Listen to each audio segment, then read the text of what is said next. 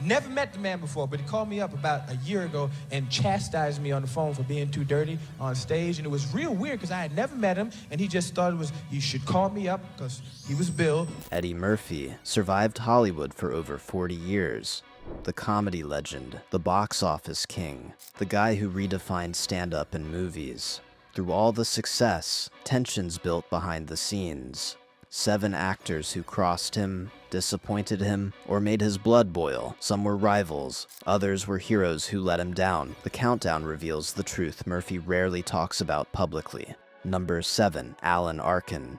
And Jamie is known for singing and acting, and Beyonce is known for singing, and I'm the only one that, I'm coming this a big long stretch from, daddy daycare to this. I guess I'd look at it like that being risky. Jennifer Hudson's Oscar win in 2007 created tension with Eddie Murphy, all centered on Dreamgirls. Both were nominated, Murphy for Best Supporting Actor, Hudson for Best Supporting Actress. On paper, they were teammates. Behind the scenes, Murphy felt overshadowed. Murphy played James Thunder early, a fading soul singer battling addiction. The performance was raw, emotional, and unlike anything he had done before. Critics praised him, and Vegas odds favored him. This was his moment to prove he was more than the funny guy. Hudson, making her film debut as Effie White, delivered a powerhouse performance, but she was unknown. Hollywood loved her story, the American Idol contestant who lost but won an Oscar. The campaign focused on her, magazine covers highlighted her, and predictions labeled her a lock, while Murphy's chances faded. Oscar night arrived. Hudson won first. Murphy clapped, but privately, he felt the momentum shift. When Best Supporting Actor went to Alan Arkin, the disappointment was complete. He left immediately, skipping after parties, feeling bitter, not at Hudson, but at how her win seemed to come at his expense. Years later, Murphy never spoke ill of Hudson, but never worked with her again. Dreamgirls reunions were polite but forced. Hudson became a reminder. Murphy had delivered a career-defining performance, yet Hollywood preferred the newcomer's fairy tale. Hudson wasn't his enemy, but she became the symbol of his greatest professional disappointment. The next name on the list hit Murphy where it hurt most, his own heroes, turning against him. Number 6, Richard Pryor.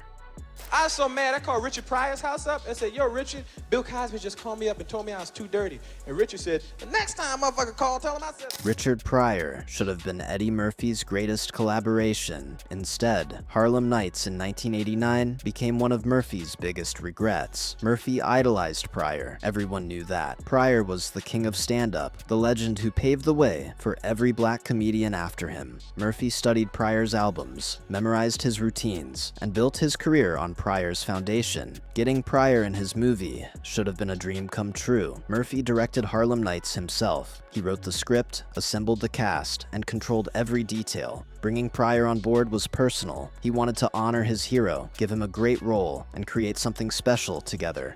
On paper, it made perfect sense. 2 generations of comedy greatness sharing the screen.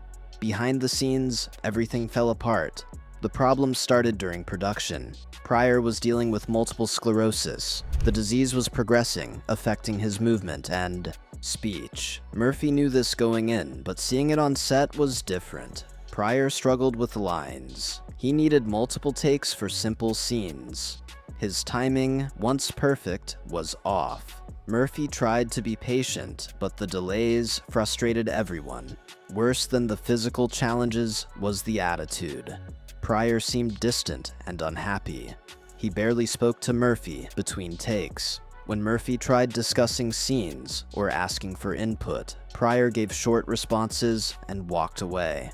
Murphy felt the coldness, but didn't understand it. After filming Wrapped, stories leaked out. People close to Pryor said he felt disrespected. He thought Murphy treated him like an employee instead of a legend. Pryor believed Murphy was too controlling and not interested in collaboration. Murphy heard these complaints and was stunned. He had written a role specifically for Pryor. The movie flopped critically and commercially. Murphy took the blame publicly, but privately, he blamed the tension with Pryor for ruining the experience. The joy of working with his hero became a nightmare of miscommunication and disappointment. They never worked together again. When Pryor died in 2005, Murphy gave a respectful statement, but the hurt never fully healed. Number 5, Sylvester Stallone. Nothing like Axel Foley. Yeah. I'm gonna put a banana in your tailpipe. It'd been menacing. It'd have been mean when it was like, "You're gonna follow me? I'm gonna put a banana in your tailpipe." And that was funny to me. Sylvester Stallone and Eddie Murphy had one of Hollywood's nastiest rumored confrontations, and it all came down to Brigitte Nielsen. The story is legendary in certain circles, even though both men have stayed mostly silent about it. The drama happened during the mid-1980s, right when Murphy was at his peak with Beverly Hills Cop. Nielsen was a Danish model and actress who became famous after starring in Red Sonja. She married Stallone in 1985, but the marriage was rocky from the start. Rumors swirled constantly about Nielsen's behavior and who she was seeing. Murphy's name came up repeatedly. According to multiple sources, Murphy and Nielsen had a brief affair while she was still married to Stallone. Word got back to Stallone. He was furious. Stallone was an action star with a tough guy image and massive ego. Having another major star allegedly sleeping with his wife was humiliating. The story goes that Stallone confronted Murphy directly. Nobody knows exactly where or when, but people who were there said it got heated. Stallone accused Murphy of disrespecting him. Murphy reportedly laughed it off, which made things worse. The confrontation didn't turn physical, but the damage was done. Stallone and Murphy moved in the same Hollywood circles. They attended the same events, knew the same people, and competed for similar box office territory.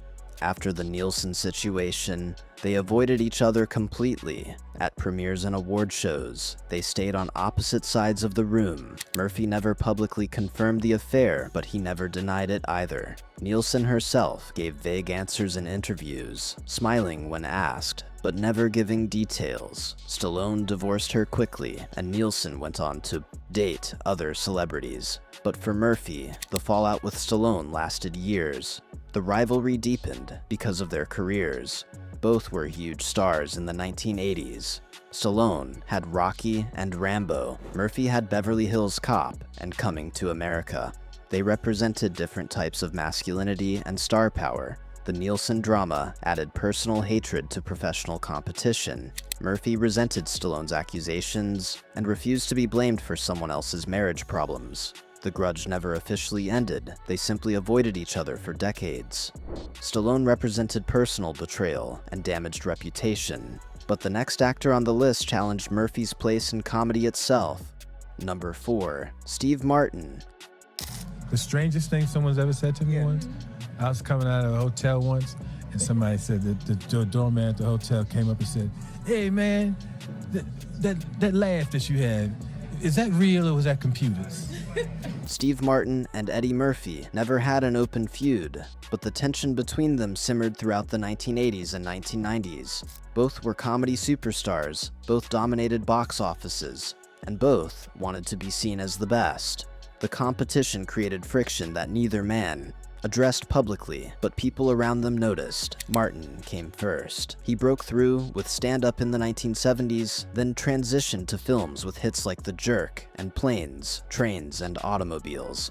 His comedy was smart, physical, and absurd. By the time Murphy exploded in the early 1980s, Martin was already established as a comedy king. Murphy's arrival changed everything. Murphy was younger, edgier, and louder. He appealed to a different audience. His stand-up was raw and profane. His movies like 48 Haitians and Trading Places brought new energy to comedy. Murphy wasn't trying to replace Martin, but Hollywood only has room for so many comedy kings. Studios started choosing between them for projects. That choice created tension. The rivalry showed up in subtle ways. Martin would make comments in interviews about comedy becoming too crude. He never named Murphy specifically, but everyone knew who he meant. Murphy, meanwhile, made jokes about older comedians being too safe and boring. Again, no names. But the target was obvious. They competed for the same roles. When studios developed comedy projects, Martin and Murphy were often both considered. The Nutty Professor remake eventually went to Murphy, but Martin was discussed early on. When Father of the Bride was being cast, Murphy's name came up before Martin landed it. Every project became a comparison. Award shows made things worse. Both hosted the Oscars at different times. Critics compared their performances constantly. When Murphy hosted, articles mentioned Martin's hosting. When Martin hosted years later, Murphy's name came up. Neither could escape the other's shadow. Murphy respected Martin's talent, but resented the constant comparisons. Martin saw Murphy as talented, but lacking refinement. Neither man needed the other's approval, but both were aware of the rivalry. They stayed professional, but warm friendship never developed. They worked in the same industry for decades, and never once collaborated. Martin represented the old guard Murphy had to overcome.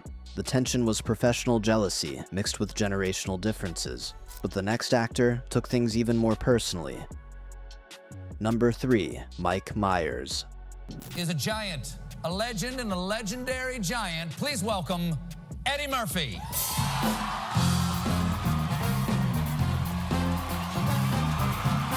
Mike Myers built a career that felt uncomfortably familiar to Eddie Murphy, and Murphy noticed. The similarities were too obvious to ignore. Both played multiple characters in the same films. Both created iconic comedic voices. Both dominated comedy during their peaks. Murphy watched Myers rise in the 1990s and saw pieces of his own playbook being used by someone else. The tension started with Austin Powers. Myers played multiple roles, used prosthetics and makeup, and created distinct voices for each character. Murphy had done the same thing in Coming to America years earlier.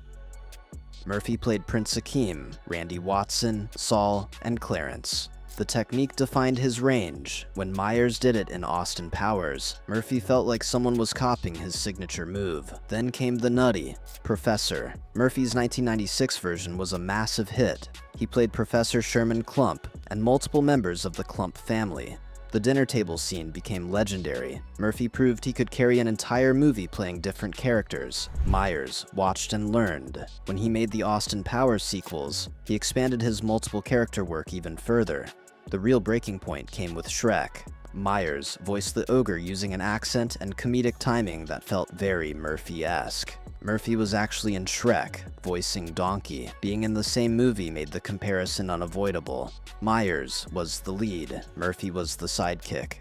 That dynamic bothered Murphy more than he admitted publicly. Behind the scenes on Shrek, Murphy and Myers barely interacted. Voice acting meant they recorded separately, but even at promotional events, the distance was noticeable. Myers talked about Shrek with passion and ownership. Murphy gave professional answers, but seemed less invested. Industry people noticed the pattern. Myers would do something Murphy had pioneered, and critics would praise Myers without mentioning Murphy's influence. Coming to America got respect, but Austin Powers got more attention. Murphy's clumps were funny, but Myers' fat bastard became the cultural moment. Every time it happened, Murphy felt erased. Murphy never attacked Myers publicly. He stayed classy in interviews, but people close to Murphy said he complained privately. He felt Myers was derivative, borrowing heavily without acknowledgement. Murphy had defined multiple character comedy in the 1980s. By the 2000s, Myers was getting credit for perfecting it. The frustration was quiet but real. Myers represented creative theft without acknowledgement. But the next name on the list delivered the most public humiliation Murphy ever faced from a fellow comedian. Number 2, David Spade. Look, children, it's a falling star. Make a wish. Yeah, yes, that's right. You make a Hollywood Minute omelet, you break some eggs. David Spade destroyed his relationship with Eddie Murphy with one joke, and Murphy never forgave him. The incident happened in 1995 during Saturday Night Live's Hollywood Minute segment. Spade was a cast member known for his sarcastic commentary on celebrities. Murphy's career was struggling. Vampire in Brooklyn had just flopped. The movie bombed critically and commercially, and Murphy's star power seemed to be fading. Spade saw an opportunity. During the Hollywood Minute, he showed a photo of Murphy and delivered the line, "Look, children, it's a falling star. Make a wish." The audience laughed. The joke was mean but effective. It captured the moment perfectly. Murphy was falling, and everyone knew it. But Murphy wasn't laughing. The reaction was immediate and severe. Murphy was furious.